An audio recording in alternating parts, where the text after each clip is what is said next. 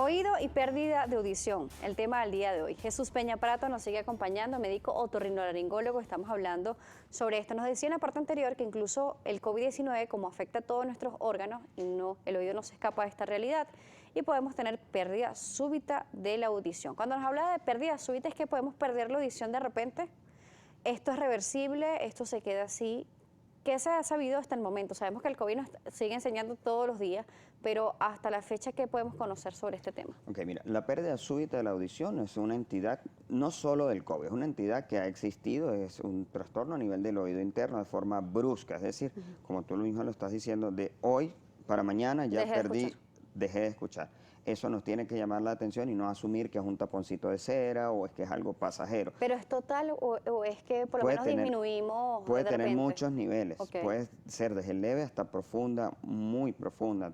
Bueno, ahorita tenemos un caso de un paciente que es músico, en el cual nosotros estamos intentando al máximo, con todas las terapias posibles, recuperar la audición. Sí hemos tenido mejorías, por supuesto, pero mientras antes tengamos el tratamiento, mucho mejor son los resultados. La ventana, entre los primeros 3 días, la primera semana máximo, podemos hacer algo. Ya después de allí es un poco más difícil la situación. Entonces, por eso el llamado a estar muy atento, a estar muy alerta, aprovechar estas oportunidades que nos dan los medios de comunicación de tu programa para que las personas estén bien informadas y sobre todo en este caso, que es una emergencia, acudir de forma oportuna. ¿Dejamos de escuchar o existe algún tipo de distorsión en el sonido, algún pitico, algo que nos diga, bueno, o sea, algo está pasando aquí con mi oído? Ok, de forma crónica, cuando nosotros podemos detectar la pérdida de la audición, a veces con algún tipo de pitos en el oído que se llama tinnitus o acúfeno, que a veces, o lo más común es que esto signifique que hay una pérdida de audición, entonces empezamos a escuchar los sonidos internos. Okay. Entonces ese prácticamente es el tinnitus o el acúfeno. Pero podemos empezar a escuchar de forma distorsionada, podemos escuchar a veces mejor a los hombres que a las mujeres. Esto quiere decir que hay una pérdida de la audición, sobre todo en los agudos. Entonces cuando estamos hablando vamos a clasificar. Cuando son los mayores, el adulto mayor de 50, 80 años, por lo general es una presbiacusia. Es como algo lo que pasa con los ojos, que nosotros vamos perdiendo facultades de la visión, pues también vamos perdiendo el sentido de la audición. Entonces, en este caso, no recomendaría, porque muchas veces nos han preguntado, mira, mi hermano o mi tía desde Estados Unidos me compró un aparatito. No, eso no, porque eso es igual que los lentes. Uno no puede simplemente ir a comprar un lente, porque no es el mismo que puedo usar yo, al que puedo usar tú, al que puede usar la persona que nos está viendo. Entonces, es algo que debe ser muy de la persona, con un audiólogo. Nosotros con el audioprotesista y el audiólogo, nosotros se gradúa, claro, porque es específico para cada persona. Ahora, en el otro extremo de la vida, que son los niños, ¿cómo la mamá puede saber? Entonces, fíjate, primero, desde el nacimiento deberíamos tener un screening neonatal donde saber si escucha o no. Algunas instituciones aquí en Venezuela la tienen, no todas, pero si no, nosotros podemos empezar a ver, bueno, mira, si el niño cuando hay un ruido fuerte no se despierta, cuando el niño hay ruido no cierra los ojos, que esto es un tipo de reflejo, ¿ok? No pestañea ante un sonido muy fuerte. Si, por ejemplo, este niño no sigue la voz, no sigue, por ejemplo, la voz reconocida de los padres, si a cierta edad, por lo menos 1 año, el niño no habla, entonces nosotros podemos pensar, oye, debe haber algún tipo de pérdida auditiva. Tenemos que estudiar porque a los 1 o 2 años el niño todavía no emite palabras, entonces debemos en ese caso estudiar la audición. Pero todo esto nos hace llamar la atención, y a usted que está en casa, la madre que nos están escuchando, a estar muy atenta sobre la audición de su hijo, a ver esos pequeños tips que les estamos dando, que el niño siga a la persona, trate de seguir la voz que está escuchando, o si hay un ruido fuerte el niño se pueda despertar. Entonces, si no lo hace, ya esas cosas nos deben de llamar la atención. Existen diferentes causas, como nos explicaba en la parte anterior, sobre la pérdida auditiva. Entonces, ¿cuáles podemos ir viendo poco a poco? ¿Cuáles son los abordajes de este tipo de pacientes? ¿Nos los puede nombrar?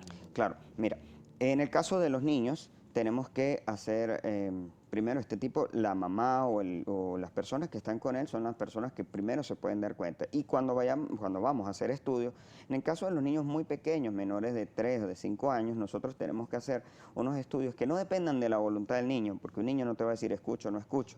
Entonces ya son estudios en los cuales nosotros medimos si hay respuesta a un estímulo sonoro. Ya cuando ya somos mayores o en los adultos se hace algún tipo de, primero pues la evaluación otorrinolaringológica completo para ver dónde pudiese estar la alteración, y nos valemos de estudios como por ejemplo las audiometrías, donde nos daría un gradual y nos dice si la hipoacusia es conductiva, si es neurosensorial, si es leve, moderada, severa, etcétera.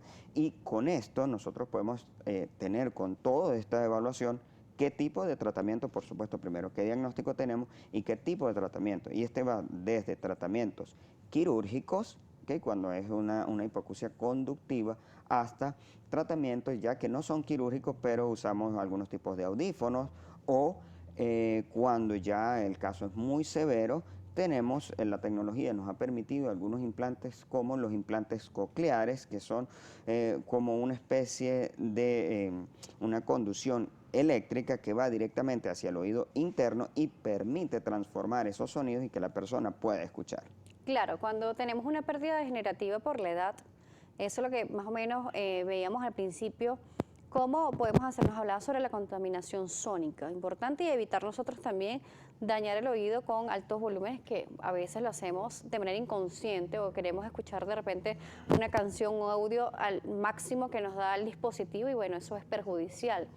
¿Qué hábitos podemos adoptar para cuidar con el paso de los años nuestro oído para llegar a una edad avanzada escuchando de la mejor manera posible? Mira, el hábito es, primero, sobre todo si hay un ambiente muy ruidoso, depende de su trabajo, protegerse. Evitar escuchar sonidos o música a muy alto volumen, evitar exposiciones constantes a ruidos. En el caso, fíjese, nunca se automedique, porque hay tratamientos que son ototóxicos y usados de forma indiscriminada puede generar, hay tratamientos, hay medicamentos que pueden afectar la audición. Sobre todo también en el caso, por ejemplo, de las embarazadas, hago un llamado a la atención que pues hay fármacos que pueden afectar precisamente la audición de su hijo. Entonces, cualquier fármaco, lo que vaya a tomar, tiene que consultar con su ginecostetra, con su otorrinolaringólogo, si es necesario, para saber.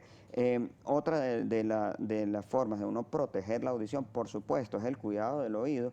Es decir, si usted no se introduzca elementos dentro del oído, no se limpie con hisopos, no se utilice otros instrumentos que puedan alterar todo el sistema del oído externo, membrana timpánica, o que pueda incluso dañar la cadena de huesecillos. Y ante pérdidas o que usted sienta que necesita subir mucho el volumen para escuchar, acuda, vamos a hacer una audiometría, vamos a ver en qué nivel estamos y vamos a empezar a buscar soluciones a tiempo. Y no limpiarse el oído nosotros en casa. Eso hay Así que es. ir hasta el Con otorrino, los porque nos codos. dice que en un tapón de cera puede ocasionar que de repente no escuchemos bien en el momento, pero si eso existe hay que ir al otorrino. Y además una perforación de tímpano puede ser bastante importante y lo Sí. podemos hacer sin querer. Totalmente. Doctor, hemos finalizado. ¿Cómo lo contactan? ¿Cómo lo consiguen? Ok, a través de mis redes sociales, @Jesús Pena Prato en Twitter, Instagram y Facebook. Gracias por acompañarnos el día Gracias de hoy. a ti. El doctor Jesús Peña Prato nos estuvo acompañando en las redes, Jesús Pena Prato. Así lo ubican en las redes sociales. A ustedes gracias por la sintonía. Nosotros, nuestras redes, como siempre, a su disposición. @salud_gb, ahí está el link de YouTube. Ingrese, suscríbase y vea las entrevistas que hacemos nuevamente para ustedes. También pueden sintonizarnos a través de YouTube por la señal en vivo como Globovisión en vivo. Mi cuenta, @Daniela J. Salas. Será hasta una próxima oportunidad.